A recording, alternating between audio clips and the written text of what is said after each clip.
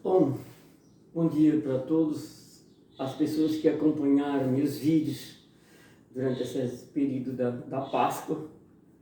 Então, quando chega no tempo comum, esse ano de 2020, eu resolvi, a escritora ela não deu uma resposta ainda para mim, publicar meu livro. Então, antes de publicar meu livro de memória, eu quero já antecipando algumas coisas que acontecem na vida da pessoa, porque as pessoas não sabem. Quando a pessoa lê um livro, eu já vi a história dele, ele conta em vídeo, né? Agora a gente está lendo o livro dele. Então essa história é para poucas pessoas que acontece isso, né?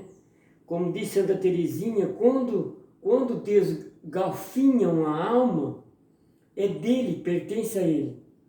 Então, quando começou a surgir os fenômenos em mim, não tanto antes do casamento, dentro do casamento, comecei a perceber as mudanças, né?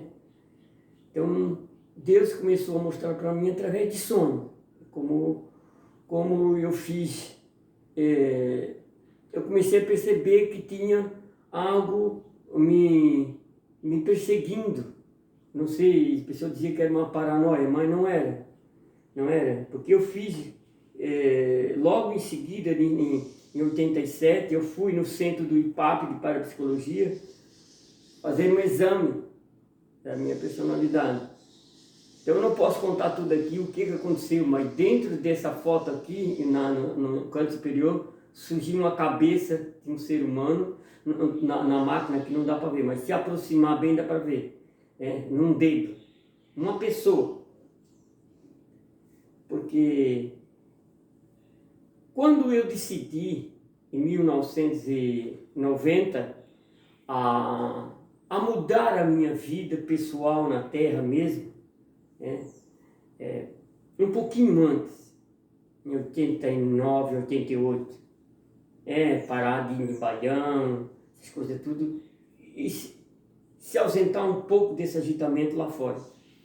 Então nisso, eu acho que o demônio não gostou, mas ele não sabia que Deus já tinha engafiado a minha alma, então eu comecei a ter desafio.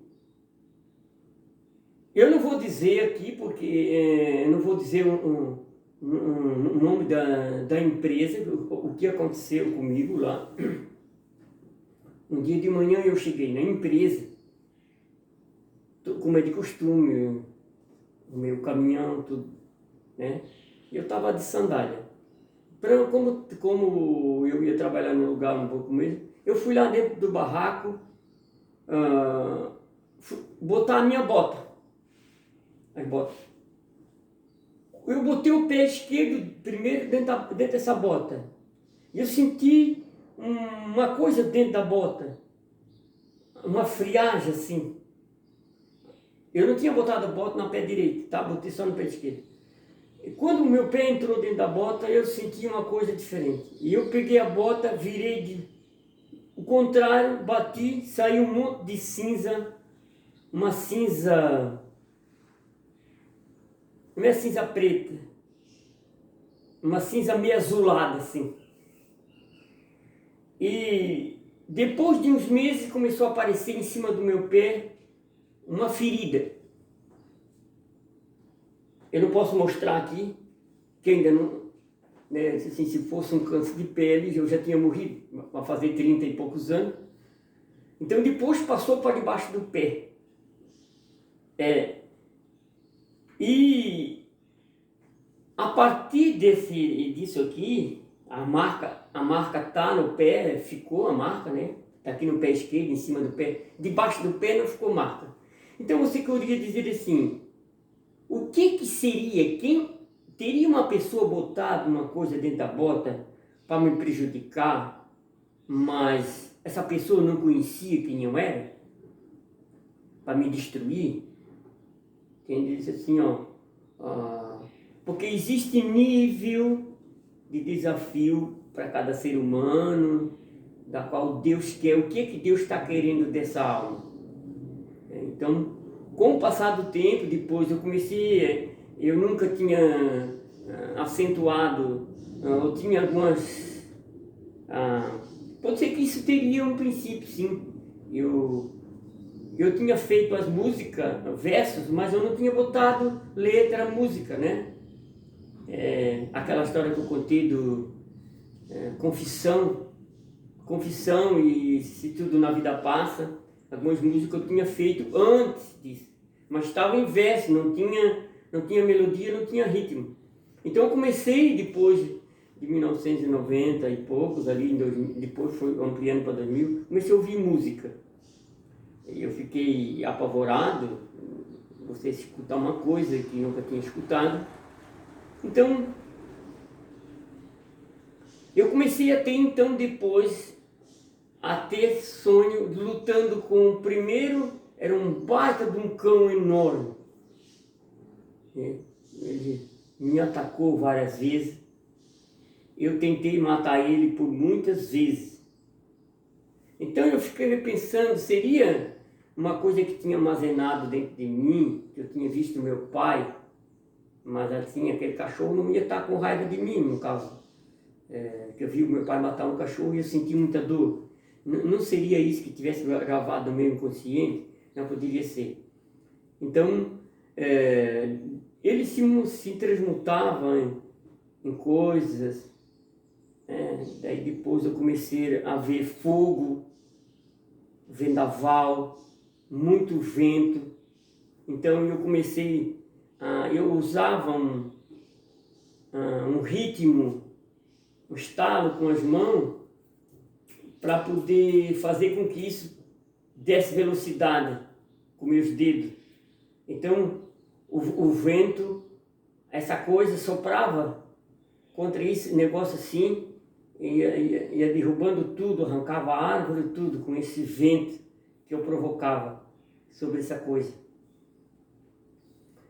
E isso foi com muito tempo, com frequência, né? Essa coisa em mim. Então depois, um dia, eu vi mesmo essa coisa em pessoa.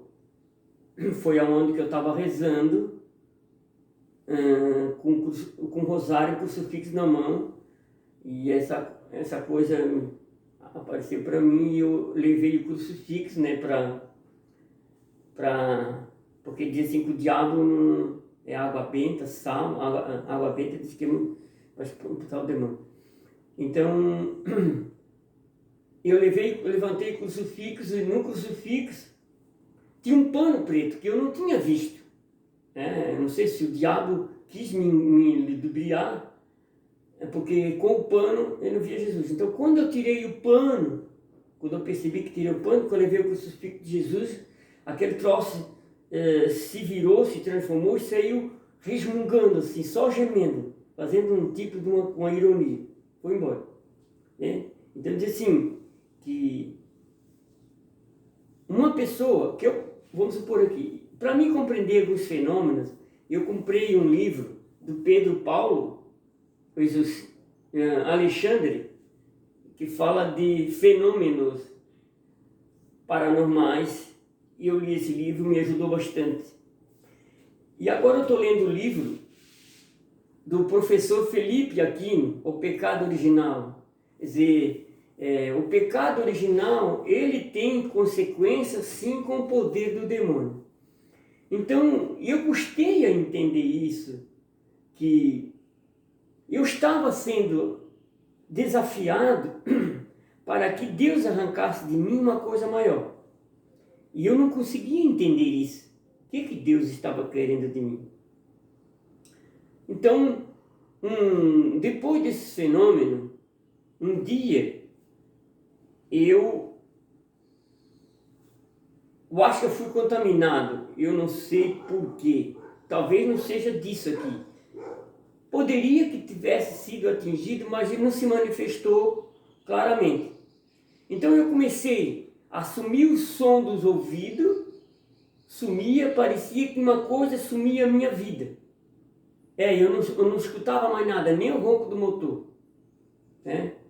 Inclusive, uma dessas vezes, o caminhão ficou em ponto morto, arrebentou uma coisa lá na mangueira que engatava as marchas, que era um caminhão que engatava a marcha. Ele tinha 4 marchas, e depois a gente reduzia, fazia 8, né? Fazia 8 marchas. Um caminhão Ford com esse equipamento. Então, eu levei o caminhão no mecânico, ele foi lá rebocar o caminhão, que o caminhão não engatava mais marcha, ele disse assim, ó, não tem nenhum defeito aqui no caminhão, ele falou. Então, eu digo assim, um dia quando eu estava debaixo de um caminhão, estava o meu patrão, nós estávamos arrumando o caminhão, o macaco estava, eu estava mexendo na caixa do caminhão e não tinha ninguém por perto e a caminhoneta começou a se movimentar. E inclusive o meu patrão se machucou e eu saí primeiro. Então eu disse, teria eu um problema psíquico incontrolável por um inconsciente provocando tragédia e que isso eu acabei interferindo isso em mim? Não sei só se os especialistas nessa área poderia dizer como uma pessoa, o fenômeno paranormal, pode ele provocar nele um estrago nele mesmo. Mas também provocar movimento, mexer coisas. As coisas se movimentavam onde eu estava. Eu via as coisas sair do lugar. Né? Então daí, depois do ano 2000, né, já depois de mais de 10 anos, depois do ano, isso começou nos anos 90, né, depois do ano 2015, 2010, eu sentia uma fraqueza. Parece que estava tirando alguma coisa de mim que eu ficava sem força. Então eu começava a suar muito, muito, muito. Né? Aí para mim poder sim, suportar a dor na cabeça, eu amarrava um pano. Que ela latejava e eu amarrava um pano para segurar. E só que eu não podia falar. Eu cheguei em casa um dia, a primeira vez que me deu isso, me assustou. O que aconteceu? Aí eu não falei. Eu disse, faz um chá para mim. Mas eu nem disse o que era. Me deitei na cama. E daí fui na farmácia, porque aí eu tive que enfiar os dedão na goela, né? Porque aquele sintoma que vinha aqui, embrulhava tudo, parecia que eu tinha engolido uma cobra, sei lá. E eu tinha que botar tudo para fora. Ia no bacio, nas primeiras investidas não saía nada, mas depois saía coisa de dentro de mim. E isso durou mais de 15 anos. Era horrível. Quando ia dar isso em mim, eu já ficava preocupado só de pensar nessa coisa ruim, morte, sinal de morte. Durou mais ou menos até agora. Isso só durou até em 2017. No finalzinho de 2016, eu comecei a perceber que está fazendo agora 3, 4 meses que não me deu mais isso. Eu não fiz nada. Eu ia em médico, tem aquelas coisas que os médicos não sabem o que é.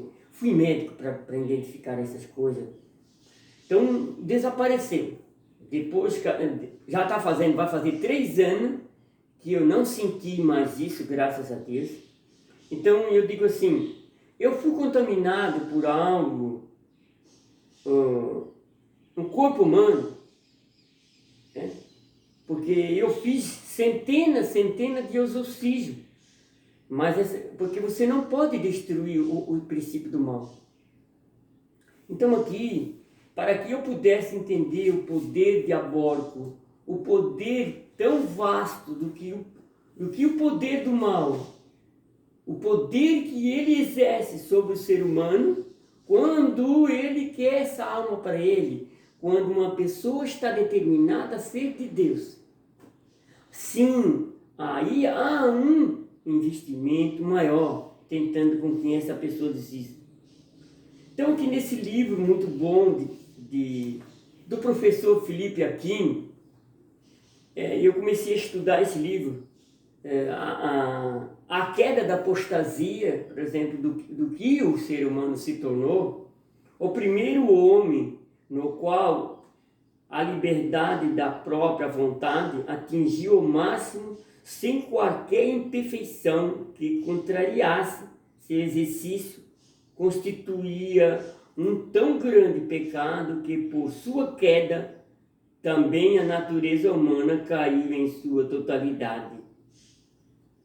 Apostasia, o ser humano ficou jogado às traças.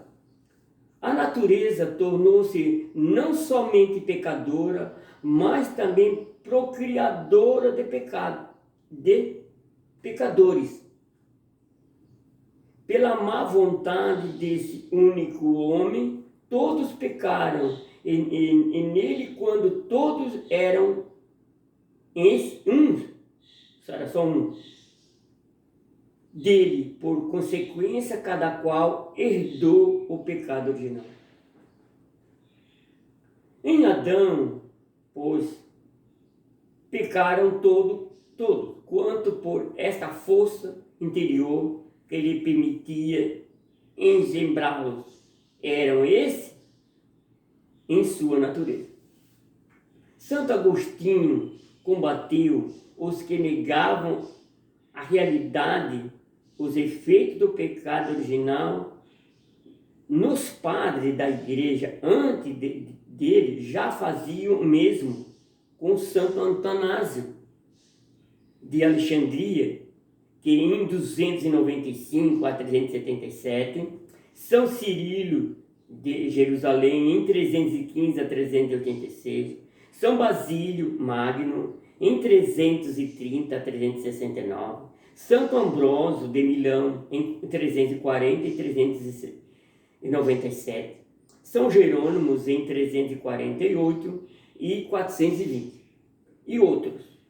Não foi, portanto, como alguns afirmam, que a doutrina do pecado original, ensinada pela igreja, foi devido à forte influência de Santo Agostinho, um doutor da igreja que influenciou sobre essa tese, inclusive a gente vai falar sobre pelagianismo, né? O fato da que a igreja batizar as crianças desde o primeiro século para o perdão dos pecados original é prova disso. Mostra que já as considerava despojadas da graça santificante e dominadas por Satanás. Daí o exorcismo realizado no batismo. Quer dizer, então uma criança quando nasce, como poderia ser isso, como diz o padre Felipe, que uma criança já nasce entranhada pelo poder do demônio? Veja só, eu achei engraçado aqui que eu gostei disso aqui, porque hoje, quando a criança é batizada, é feito um exorcismo já na criança. Está aqui, ó. Daí o exorcismo realizado no batismo. A criança é batizada, emergida, e essa criança passa então a pertencer a alma a Deus, para que ela não venha ocorrer segunda morte.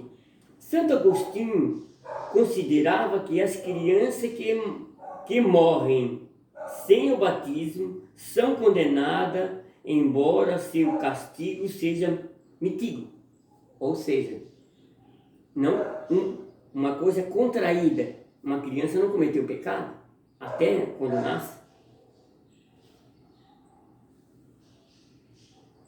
Aquele que é batizado é livre de todo o pecado, não porém total. Não total.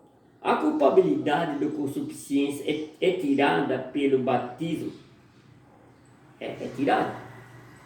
O batismo nos tira a concupiscência do pecado original. Sua fraqueza, porém, permanece. A visão de Santo Agostinho foi retocada pela reflexão teológica da escolástica na Igreja Média, em alguns aspectos, especialmente no que se refere à condenação das crianças que morrem sem o batismo.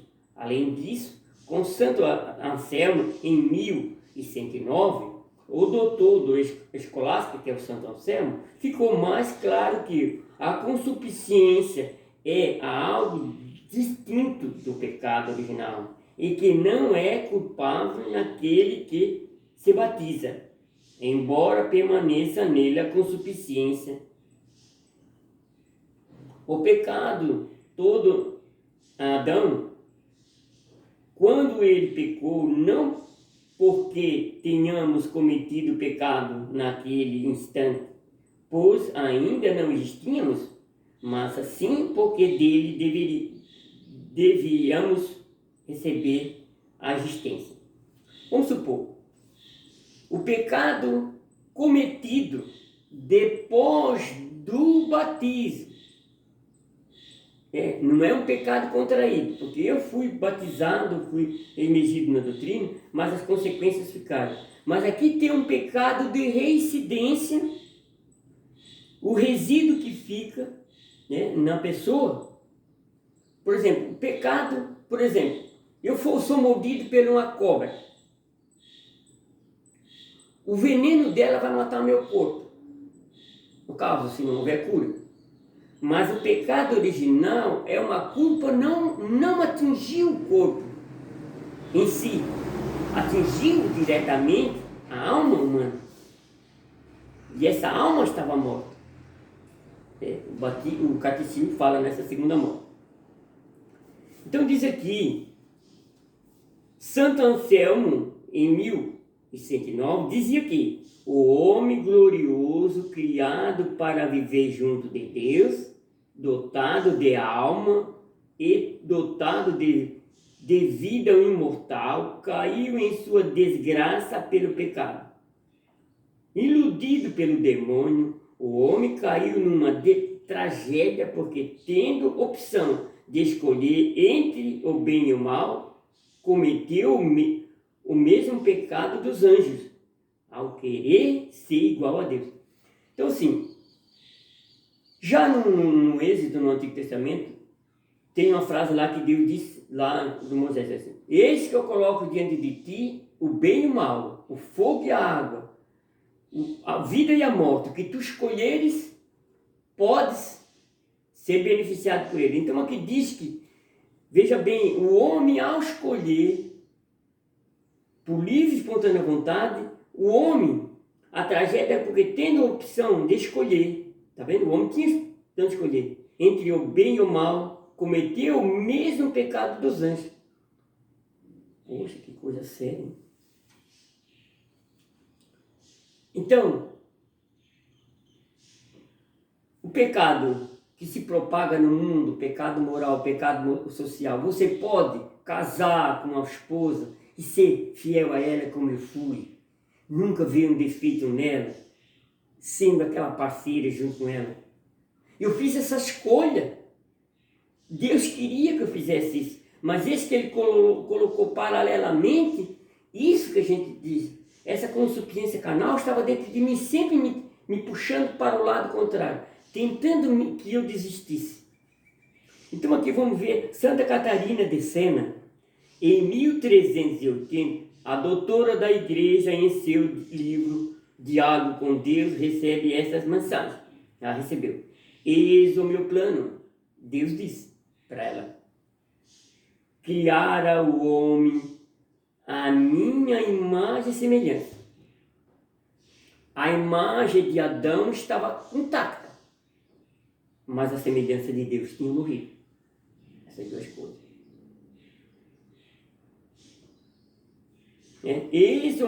Outra vez, eis o meu plano. Deus disse: criara o homem à minha imagem e semelhança, para que alcançasse a vida eterna, participasse do meu ser, experimentasse a minha suma eterna e doce bondade. O pecado veio impedir-lhe de atingir essa meta. O homem deixava de realizar meu plano, pois a culpa de fechar o céu e a porta da minha misericórdia, o pecado fez germinar na humanidade espinhos de sofrimento, tribulação numerosas, rebeldia interna.